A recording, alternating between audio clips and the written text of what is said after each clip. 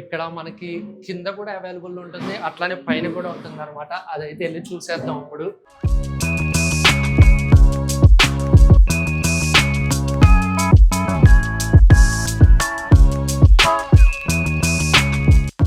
First మంచిగా నెయ్యి వేసుకొని బూరి అలా కన్నం పెట్టుకొని తింటే భలే ఉంటుంది అనమాట. చూడడానికి మంచిగా ఉంది. మంచి జీడిపప్పు చక్కెర పొంగల్ అనమాట. ఆ నెయ్యి గుళ్ళో దొరుకుతుంది కదా, ఆ విధంగా అయితే ఉందన్నమాట చక్కెర పొంగలి. చూడండి, పల్లీలు పప్పులతో అన్ని వేశారు. ఇప్పుడు మంచిగా పప్పు ఆవకైతే ట్రై చేద్దాం.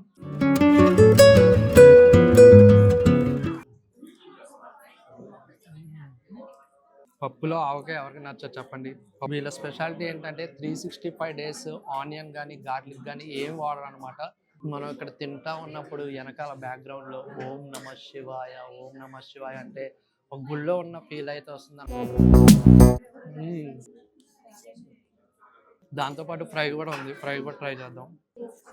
ఫైనల్గా మంచి గడ్డ పెరుగుతో అయితే ట్రై చేద్దాం. అన్నీ తిని మంచిగా పెరుగన్నం తింటే చాలా చల్లగా అయితే ఉంటుంది అనమాట కడుపులో.